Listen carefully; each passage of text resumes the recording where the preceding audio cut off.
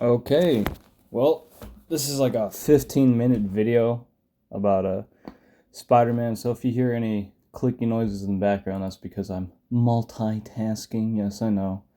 Very hard for men to do, apparently, according to uh, media. I don't know. I just saw it in a bunch of movies. Joke, by the way, joke. So, Spider-Man. I'm basically going to be explaining why he's my favorite character.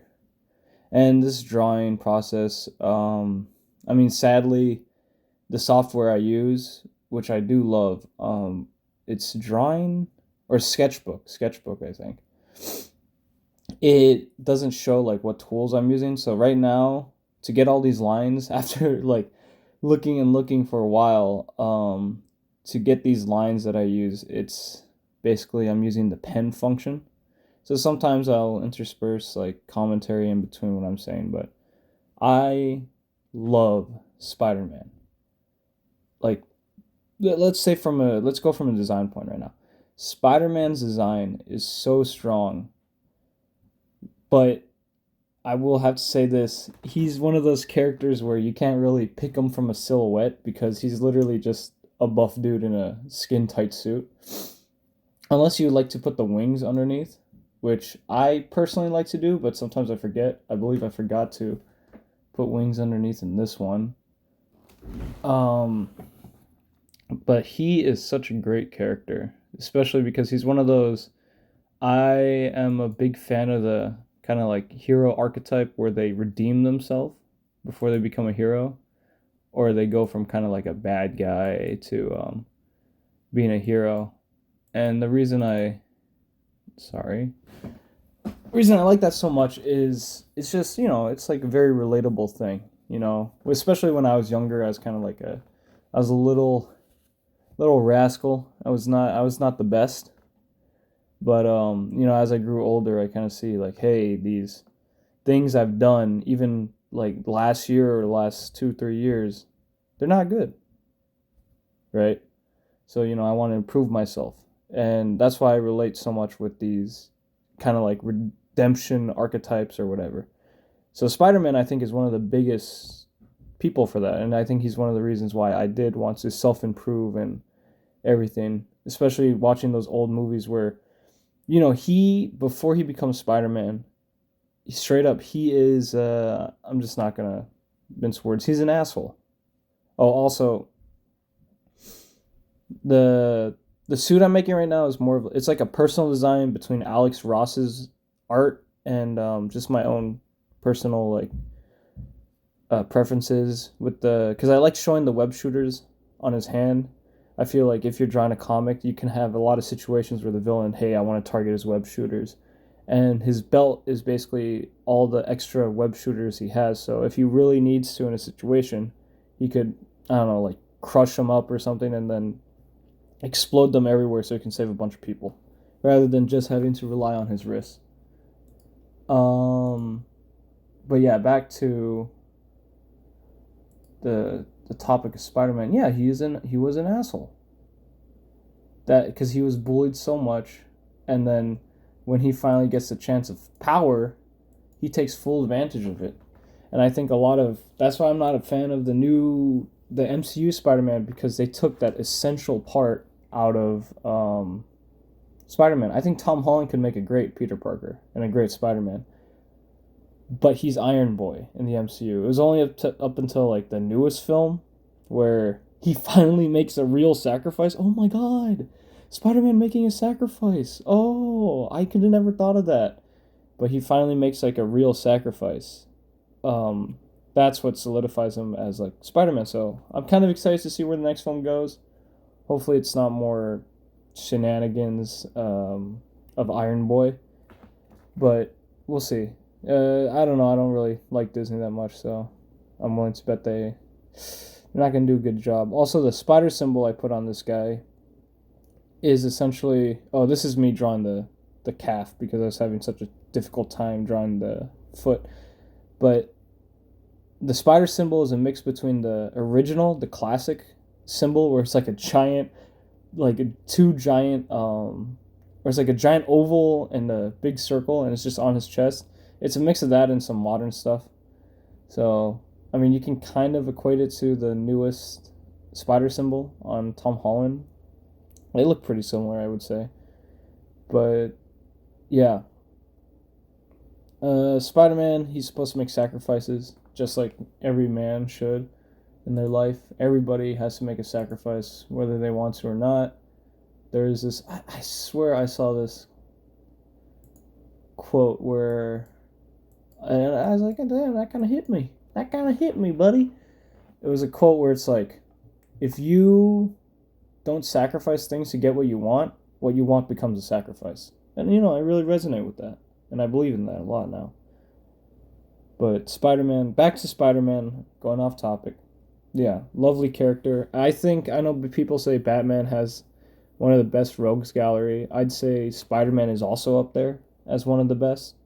I wouldn't say his stuff is better than Batman's, because Batman has, like, his characters or his villains are great. They're really good.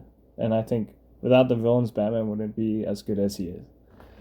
But, Spider-Man's struggle. So, his struggle is with... I always find him so interesting because, unlike Batman, where everyone kind of likes Batman, Spider-Man, everyone hates Spider-Man. They, like, adamantly hate him. And so when you make something where, like, they start accepting him, I think I really liked what Spider-Man 3 did, whereas they made him... He kind of regains that confidence that he had when he first became, like, a wrestler, where he was just kind of being a dick to everybody. And I think that would happen if, everyone started liking Spider-Man. No good deed goes unpunished. And that's what another essential of Spider-Man. So, yeah, another reason why I'm not the biggest fan of MCU Spider-Man. I mean, like, this character has so much history. I'm sorry, this is just like a rant at this point, because I'm experimenting with these videos. I'm seeing what works, what doesn't.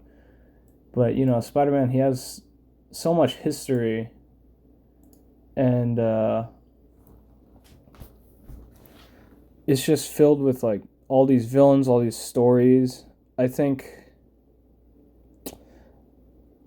essentially the way Spider-Man's story should go, and if I were to ever write a comic for, like, Marvel characters, I would do Wolverine, Spider-Man, and Punisher. All would have definitive beginnings and endings.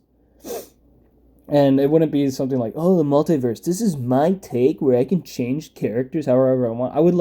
I would change some characters.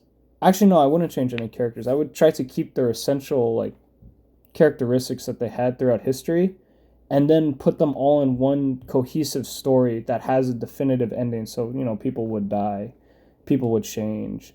And I guess you would say it's my own take, but it would be my own take where I don't spit on previous work. I actually incorporate that previous work to help improve my work.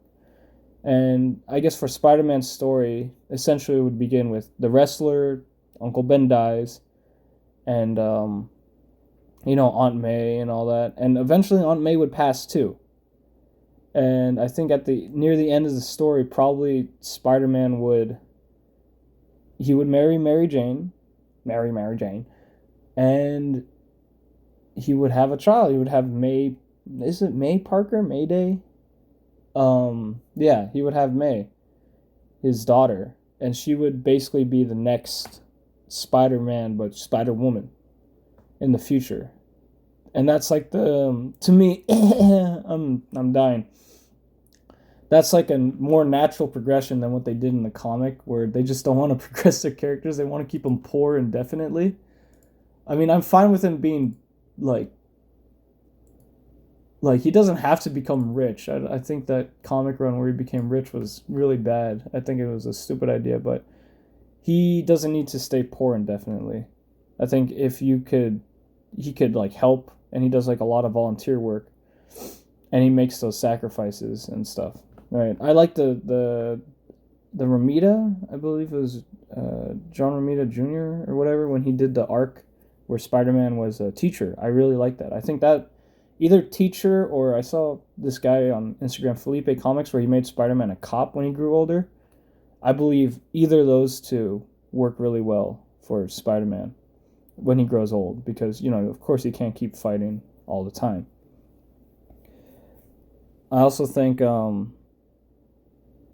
just he's such a great character, and it's sad to see when essentially, like, the writers and stuff, they just kind of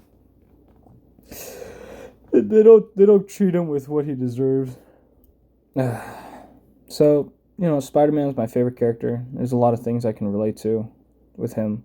And he's also the reason I started drawing in the first place. I had these little drawings where he's like a stick figure and everything, and it's great. Also, what I'm doing right now is, because I like drawing Spider-Man with like the classic Amazing Spider-Man, the black. I'm using blue to kind of give definition to the muscles and the creases in the suit, and I'm outlining it before I fill it in with a black, what you call it, with a black, the fill thing, the paint can, or whatever. And then I do like a kind of reddish orange, which makes it really vibrant, because I'm a fan of the vibrance. So, I don't know. This has gone on for a while. I feel like this video is not going to be the best, because it's literally just me going, oh man, I love this character, which I do. I think in the future, I just love to see. Oh my gosh, I was gonna go into this.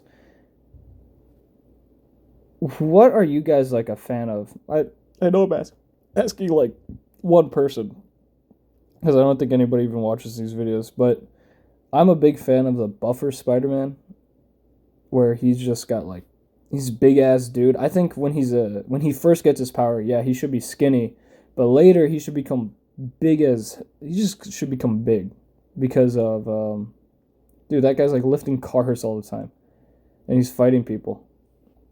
So I'm a fan of the big Spider-Man. That's why I drew him like this, where he's pretty buff guy, but like he's acrobatic. He should be buff yet acrobatic. There's people like that exist. Don't think that every person who does acrobats is like super skinny. You can literally look up those old videos of those guys who swing in like the 1900s, the early 1900s, that like were doing those carnival shows. Some of them were really like, they're pretty big, and they were like swinging like monkeys all over the place.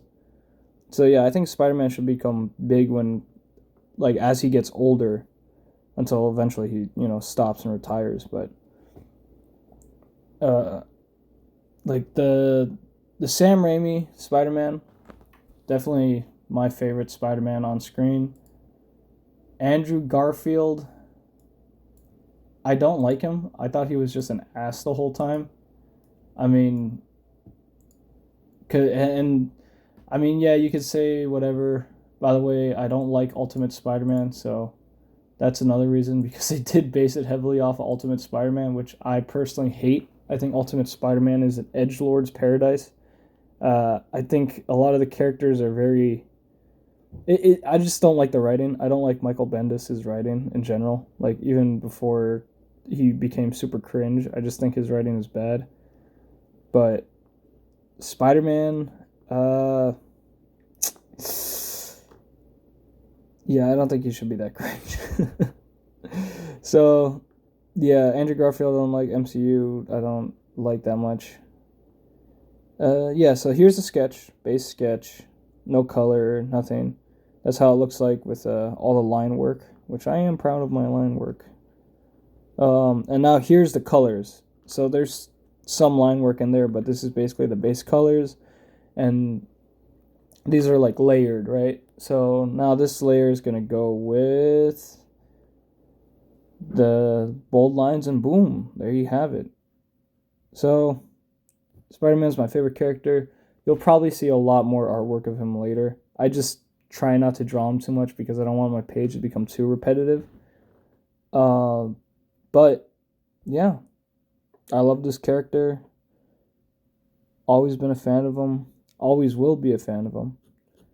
And hopefully, I don't know. I don't really ever think I want to work for Marvel. I'd rather be like, if I do ever do something like that, I'd be like, hey, I have to have all creative process because, and I of course I'd have someone like looking over my work and saying, is this good or not? But, whatever. All right. This was just a long rant while I played Hearthstone. So I hope you all have a good day and God bless you. Goodbye. See ya. Goodbye.